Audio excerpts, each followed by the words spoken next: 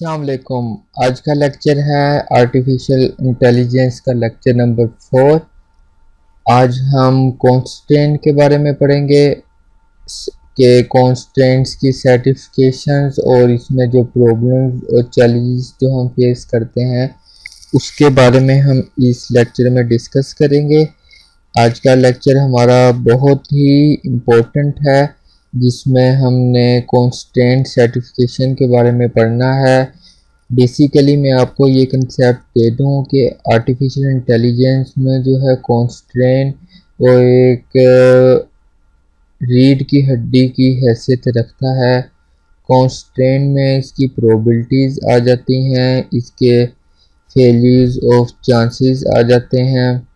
सो हम इस लेक्चर में जो है कॉन्स्टेंट्स में जो हम बेनिफिशियल इसके प्रॉब्लम हम फेसिस करते हैं उसको हम किस तरीके से सॉल्व करेंगे। एक एजेंट जो है वो किस तरीके से उसको सॉल्व करता है, जो मैकेनिज़्म वो यूज़ करता है, जो वो प्रोबेबिलिटी वगैरह लगाता है, उसको भी हम आज कम्प्लीटली डिस्कस करेंगे। सो लेक्चर की तरफ हम मूव करते हैं। आज का लेक्चर नंबर हमारा 4 है। सो प्रीवियस लेक्चर में मैंने आपको कुछ क्विज़ और कुछ असाइनमेंट दी थी। अगर आप लोगों ने वो कंप्लीट कर ली हो तो काइंडली मेरी ईमेल पे मुझे फॉरवर्ड कर दें ताकि मैं आपके आंसर को मैच कर सकूं कि आप लोगों को कितने परसेंट आर्टिफिशियल इंटेलिजेंस की का नॉलेज आ चुका है। सो नेक्स्ट आज हम कॉन्स्टेंट सर्टिफिकेशन को स्टार्ट करते हैं। So what is search. तो सबसे पहले तो हमें पता होना चाहिए कि सर्च क्या है। बेसिकली सर्च की डेफिनेशन क्या बनेगी। सर्च की डेफिनेशन ये है कि किसी भी चीज़ को हम ढूंढते हैं या किसी भी चीज़ को हम उसके अगेंस्ट रिसर्च करते हैं। जो रिसर्च है हमारी वो एक किस्म की सर्च है।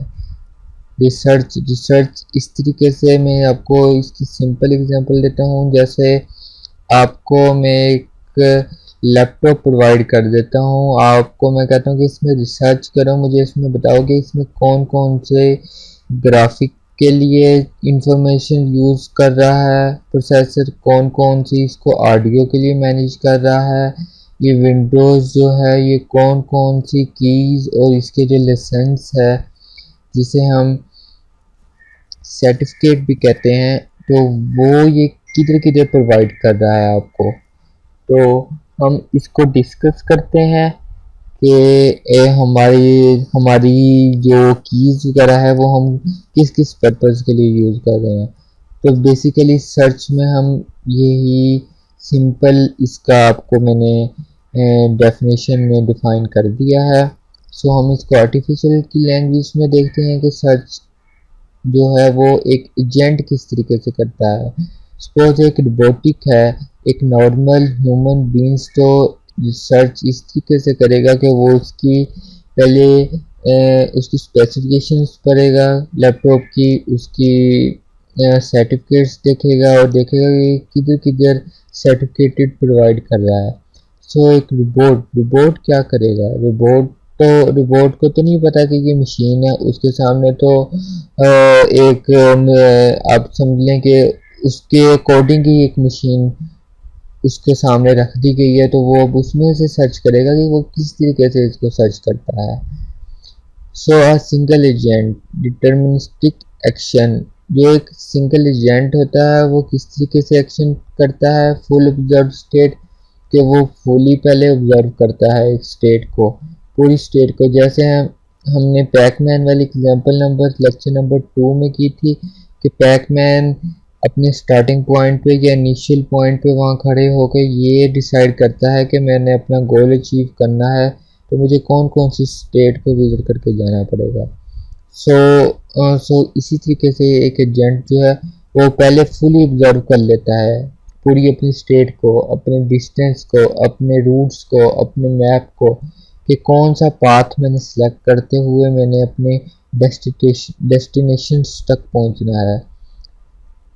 सो डिस्क्रीट स्पेस इसमें ये है कि वो जो डिस्टेंस मेजर करके according to rules of artificial intelligence कि वो कौन कौन से स्पेस को विजिट करके जा रहा है और कौन कौन सी स्पेस जो है वो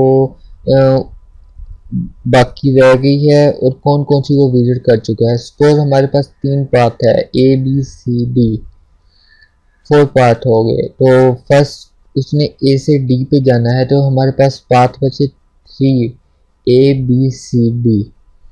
तो वो सिलेक्ट करेगा, वो फुली पहले ऑब्जर्व करता है, पहले वो एक्शन लेने से पहले एक एजेंट जो होता है वो फुली ऑब्जर्व करता है कि मैं A से B पे जाऊं, B से मैं D पे चला जाऊं, तो ये मेरे लिए ठीक है, या मैं A से B पे जाऊं, B से C पे जाऊं, C से D पे जाऊं, C से T पे जाऊं, तो ये एक उसके लिए लॉन्ग पाथ है। तो वो पहले फुल ऑब्जर्व करता है, वो देखता है कि कोस्ट, मुझे मिनिमम कोस्ट और मैक्सिमम डिस्टेंस कवर करना है उसने, तो वो किस तरीके से करेगा। सब फर्स्ट ऑफ ऑल आपको मैंने बताया जैसे कि प्लानिंग है। अब ये एक एग्जांपल है, एक रोबोटिक है जिसने ये डायमंड को लेके जाना है। सो वो ऊपर से बिल्डिंग से आ रहा है, तो आप ये देखें कि वो डायमंड को लेके आने के लिए वो कौन कौन से एक्शन परफॉर्म करता है। The path the goal is important thing. सबसे पहले जो एक उसका रूट है, जो वो रूट और गोल अचीव करना है उसके लिए वो कौन सा पाथ, वे, ये पाथ या वे सिलेक्ट करता है। सपोज वो तो मेन गेट से भी आ सकता था, वो ऊपर से क्यों आया। सो इसके पास 3 से 4 पाथ थे। सो इसने गोल को अचीव करना था, इसने अपनी वल्नरेबिलिटी को भी चेक करना था और वल्नरेबिलिटी को एक्यूरेट रखते हुए उसने अपने गोल्स को अचीव करना था। सो नेक्स्ट उस पर डिपेंड करती है कि उसकी कॉस्ट, कि वो कौन सी कितनी कॉस्ट कर इस पे वेस्ट होगी और कितना गोल वो अचीव करेगा। समझे, मिनिमम कॉस्ट मैक्सिमम डिस्टेंस। सो उसने वही पाथ को सिलेक्ट किया जहाँ उसकी मिनिमम कॉस्ट लगी और मैक्सिमम वो एरिया कवर कर गया। Heuristic given a problem specific guardians. So heuristic problem आ गई इसमें, चैलेंजिंग है। हेरिस्टिक में आपको जैसे हमने प्रीवियस लेक्चर में पढ़ा था, हेरिस्टिक में ये था कि वो उसके बाद वल्नरेबिलिटी आ गई है कि वो अब किस तरीके से इस गोल को अचीव कर सकता है। अब वो ये नहीं कि फर्स्ट ऑफ ऑल वो इस पॉइंट तक पहुंच जाए और फिर वो प्लानिंग करे, जिस तरीके से हमने अनप्लानिंग इवेंट की डेफिनेशंस में डिस्कस किया था कि वो उधर जाकर रीप्लानिंग करता रहता है, लेकिन वो टाइम टेक बहुत लेता है। सो ये एक सर्च है बेसिक। सो इसका थर्ड मेन चीज हो गया है आइडेंटिफिकेशन। आइडेंटिफिकेशन तो करता है असाइनमेंट्स टू वेरिएबल। जो उसने गोल अचीव करना है वो करता है कि वाकई ये मेरा गोल है, इट्स इम्पोर्टेंट नॉट पाथ। उसका उसने पाथ को उससे नहीं है मकसद, उसका ये नहीं मकसद कि वो डोर से आया या फ्लाईओवर से आया या बैक डोर से आया या ऊपर से आया, वो उसका मतलब नहीं। उसका मकसद बेसिकली ये है कि वो गोल अचीव करे, जो वो जिसके लिए वो आया है, तो वो गोल अचीव करके जैसे मैं आपको एक एग्जांपल देता हूँ कि आप यूनिवर्सिटी में एडमिशन लेते हैं तो आपका एक गोल होता है, आपका एक एम होता है कि मेरी CGP इतनी आ जाए। तो ये आप मुख्तलिफ सब्जेक्ट्स भी पढ़ते हैं, आपके लिए ये तो मैटर नहीं करता ना कि यूनिवर्सिटी कितने सब्जेक्ट पढ़ा रही है, आपको कौन से पढ़ा रही है सब्जेक्ट, आपका आगे इसका स्कोप भी है या नहीं। आपके लिए सिर्फ ये होता है बेनिफिट कि आप कहते हैं कि मुझे गोल मेरा अच्छा अचीव हो जाए, जो भी मैं सब्जेक्ट पढ़ूँ उसमें मेरे हाईएस्ट परसेंटेज या हाईएस्ट ग्रेड्स आ जाए। सो नेक्स्ट पॉइंट जो है उसका सो वो एक सिंपली फार्मूला से कैलकुलेशन करता है अपनी, जो उसने गोल को अचीव करने के लिए डिस्टेंस किया या पार्ट सेलेक्ट किया, तो उसके बाद वो उधर आकर वो चेक करता है कि वाकई ये मैंने पार्ट जो सिलेक्ट किया था ये एक्यूरेट था। इसमें जो इसने यूज कर रहा है बेनिफिशियल ट्री तौर पर सर्च, वो सर्च करेगा कि वाकई यही मेरा गोल था। जैसे सपोज एग्जांपल नंबर हमने 2 की थी, तो उसमें आपने देखा था ग्रीडी एल्गो में दो डायमंड्स थे। तो इसमें ये है कि हमने डायमंड खुद इसको बताएंगे कि कौन सा डायमंड इसने लेके आना है। जैसे कि आप देख सकते हैं पिक्चर में ग्रीन डायमंड है, तो ये आगे ग्रीन डायमंड को वेरीफाई करता है। अगर तो ये ऑथराइजेशन हो जाती है इसकी, या वेरीफाई कर लेता है, देन ये उसको पिक करेगा और ये वापस आएगा। C S P specialisation for identification problem. C constant state probability, आपको मैं पहले ही बता चुका हूँ कि ये मेन चीज़ है, मेन कंपोनेंट है आर्टिफिशियल इंटेलिजेंस का, कि वो आइडेंटिफिकेशन आके करता है अपनी प्रॉब्लम को। जो भी उसने प्रॉब्लम की करंट सिचुएशन पे आके वो अपनी प्रॉब्लम को स्पेशलाइजेशन करता है सीएसपी के थ्रू, कि वाकई ये मेरी वही गोल अचीव किया है जो मुझे नीड थी, या जो जो मुझे मैकेनिज्म के थ्रू कहा गया था कि ये लेके आए, तो वही मैं लेके आया हूँ। So next constant certification problem. हमारे पास कांस्टेंट सर्टिफिकेशन प्रॉब्लम क्या होती है? सपोज एक मैप है, कलरिंग है और कांस्टेंट है। मैप में तीन चीज़ें हम दे रहे हैं। तो अब आप ये देखें कि आपको इसमें कांस्टेंट, आपको इसमें मैप में कलरिंग से किस तरीके से पता लगेगा। जिस तरीके से अभी मैं आपको एक एग्जांपल में डिटेल से समझाता हूँ।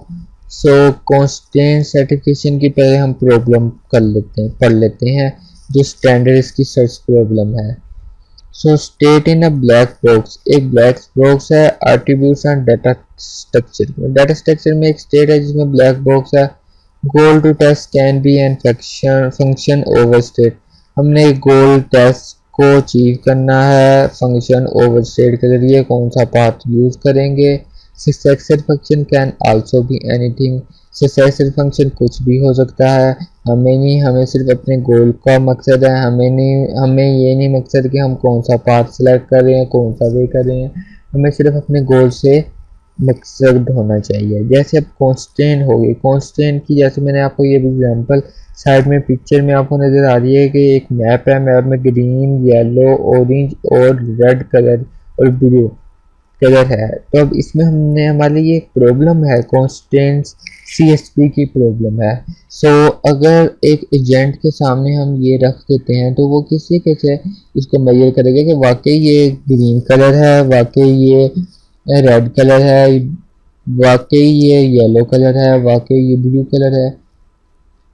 सो इसमें हमें बहुत से चैलेंजेस एक रोबोटिक को फेस करने पड़ते हैं। सो हम तो एक मशीन तैयार कर देते हैं जो हम उस पर मैकेनिज्म लगाते हैं या उसमें मेथडोलॉजी लगाते हैं। असल बेसिकली फंक्शंस या प्रोग्रामिंग करते हैं। बेसिकली कंसेप्ट की मशीन की लर्निंग का, मशीन की एक्यूरेसी का असल 90% आपकी प्रोग्रामिंग पे डिपेंड करता है कि आपने उसमें कौन कौन से फीचर इंक्लूड किए हैं। तो सीएसपी में क्या होगा? A special subset of special problem. एक सबसेट हम बना लेंगे, जैसे हमारे पास ए बी सी डी ई है तो हम इसके सबसेट बना लेंगे। State is defined by variable, हम कोई स्टेट को वेरिएबल से डिफाइन कर लेंगे। सपोज मैं आपको एग्जांपल नंबर 1 पे ले जाता हूँ। जो एग्जांपल नंबर हमने 1 की थी, हम उसमें स्टार्टिंग स्टेट को एस से डिनोटेड करते थे, इसमें हमने एक्स आई से कर ली। So with value from domain, domain D है। सो उसमें हम एंडिंग स्टेट करते थे, लेकिन इसमें थोड़ा सा कंसेप्ट चेंज है, इसमें डोमेन है। तो डोमेन्स ये है कि कितने नंबर ऑफ टाइम्स आ रही है। So goal test is set of constant specific allowed to combination of a value subset. So हमने जो गोल अचीव कर रहे हैं एक सेट कॉन्स्टेंट का, हमने इसमें देखना कि कौन कौन से कम्बिनेशन बन रहे हैं। जैसे आप A B C D, A B C B E B, तो आपने अब देखना कि इनमें से कम्बिनेशन किन किन का बन रहा है। ए बी है, बी सी है, सी बी है, इनका कम्बिनेशन बन रहा है, क्यों आपस में ये कंबाइन हो रहे हैं। So next is simple example of formal representation language. एक एफ आर एल जो है एक लैंग्वेज है, बेसिकली सिंपल सिंपल एग्जांपल, हम सिंपल एक लैंग्वेज की एग्जांपल ले लेते हैं कि किस तरीके से हम लैंग्वेज को रिप्रेजेंटेशन करते हैं।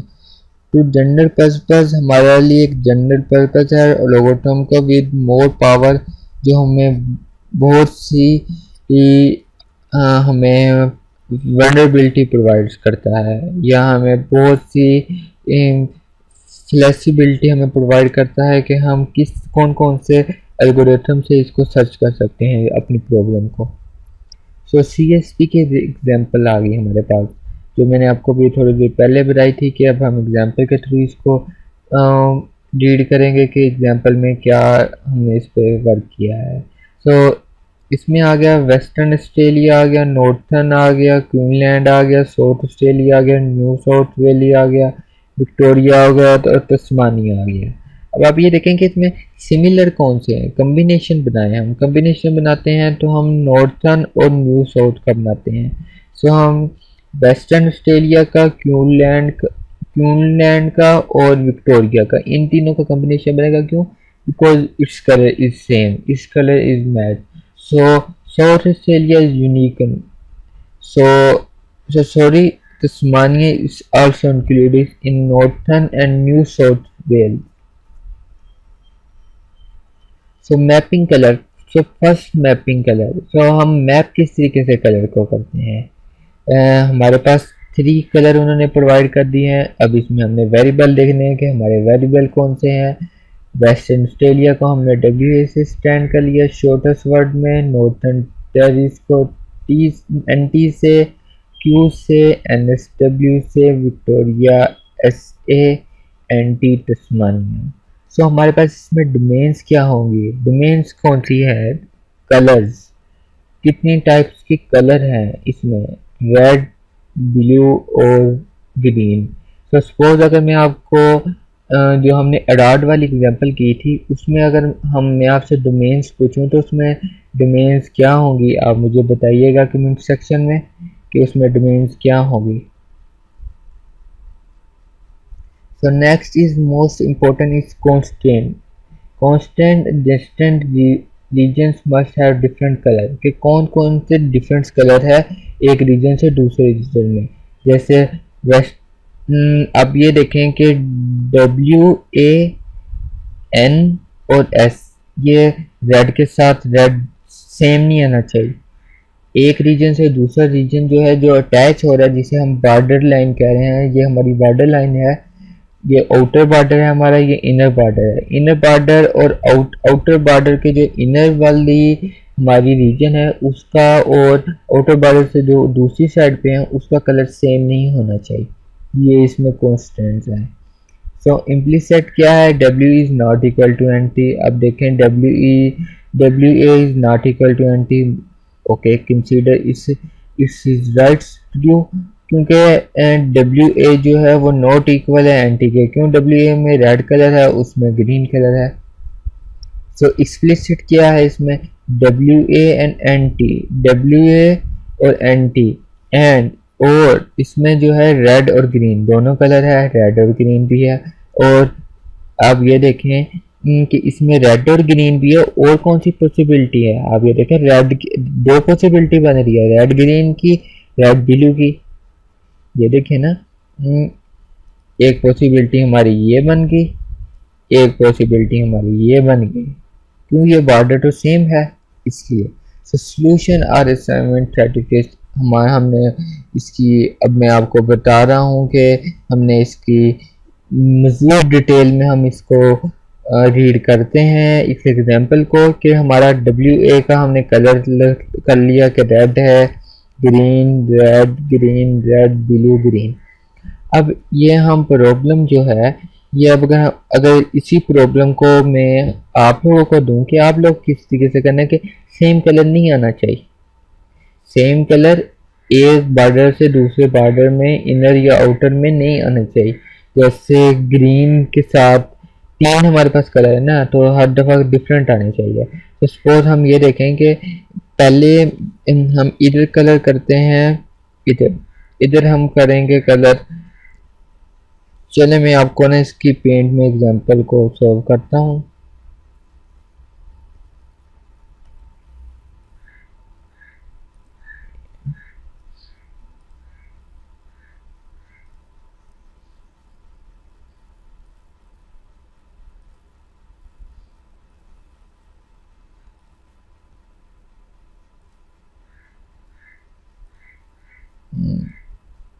इसको मैं आपको एग्जांपल को इधर ही सोल्व कर देता हूँ। मुझे ब्रश नहीं मिल रहा कि ब्रश किधर है। Red colour equals brush, where is brush.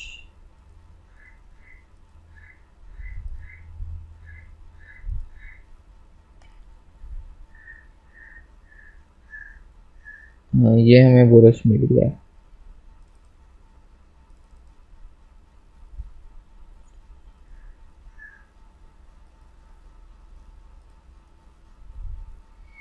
सो हम इस तरीके से करते हैं कि हमें ब्रश भी मिल जाए। Oh sorry sorry. सो ये है पिक्चर हमारी, तो पिक्चर में ये डिफ़िकल्टी हो जाएगा, पिक्चर में हम इसको नहीं कर सकेंगे। सो सपोज में आपको इस एग्जांपल को हम कॉपी करते हैं और हम इसको पेंट में लेके जाते हैं।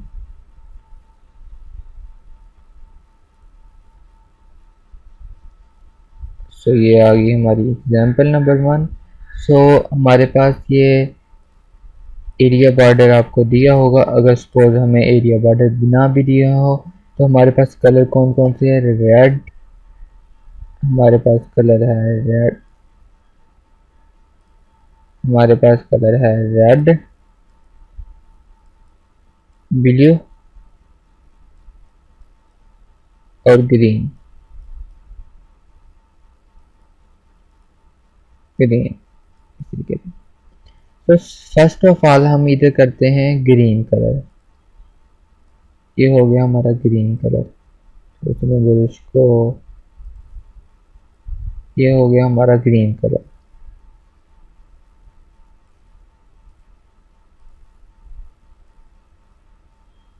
तो ये हो गया हमारा ग्रीन कलर। तो अब हमारे पास रेड और ब्लू बचा। अब हमारे पास ये और ये स्टेट है। अब हम करते हैं रेड। यहाँ हमने किया रेड, यहाँ हमने किया ब्लू। अब देखें, अब आप देखें कि इधर हम कौन सा कलर कर सकते हैं। इधर हम ब्लू कर सकते हैं, इधर हम ग्रीन कर सकते हैं। ठीक है, अब देखें इधर हम कौन सा कलर कर सकते हैं। इधर हम ग्रीन कर सकते हैं, नहीं। इधर हम ब्लू कर सकते हैं, नहीं। इधर हम रेड कर सकते हैं, नहीं। सपोज हम इधर करते हैं रेड। ये देखें, ये हमने रेड कर लिया। सो अब यहाँ हम कौन सा कलर करें।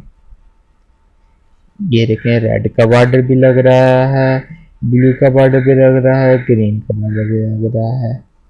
सो ये हमारे लिए बेसिकली प्रॉब्लम फेस आती है हमें।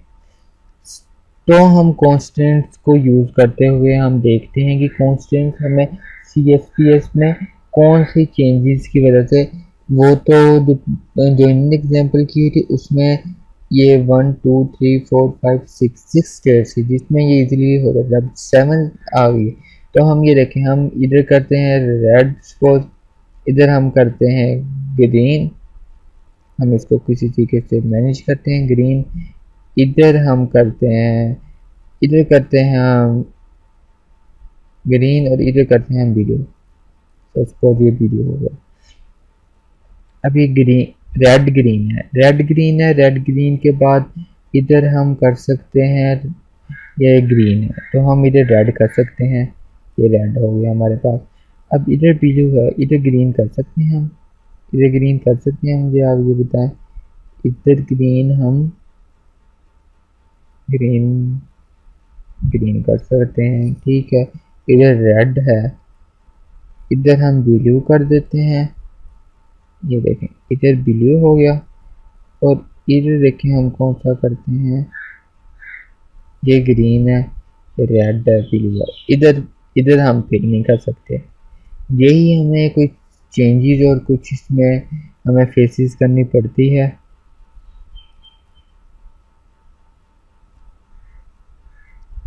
तो जो मेन इसमें हमें वल्नरेबिलिटी हमें प्रोवाइड होती है। तो CSP की एग्जांपल आपको मैंने डोमेन वेरिएबल और कॉन्स्टेंट्स तक बता दी है जो एग्जांपल होगी। अब ये देखें कि इसमें किस तरीके से नहीं किया हुआ है। डब्ल्यू रेड ब्लू, ये देखें ये स्टेट जो है ये स्टेट डिफरेंस है, यहाँ हमें एक प्रॉब्लम फेस करनी पड़ी है। सो हम इसको नेक्स्ट लेक्चर में कंटिन्यू करेंगे लेक्चर को। सो आज का लेक्चर हम एंड करते हैं। अपना ख्याल रखिएगा, इस लेक्चर को रिवाइज करें। अगर आपको इसमें कुछ इशू आ रहे हैं तो मुझे आप नेक्स्ट लेक्चर में बता सकते हैं। अल्लाह हाफिज़।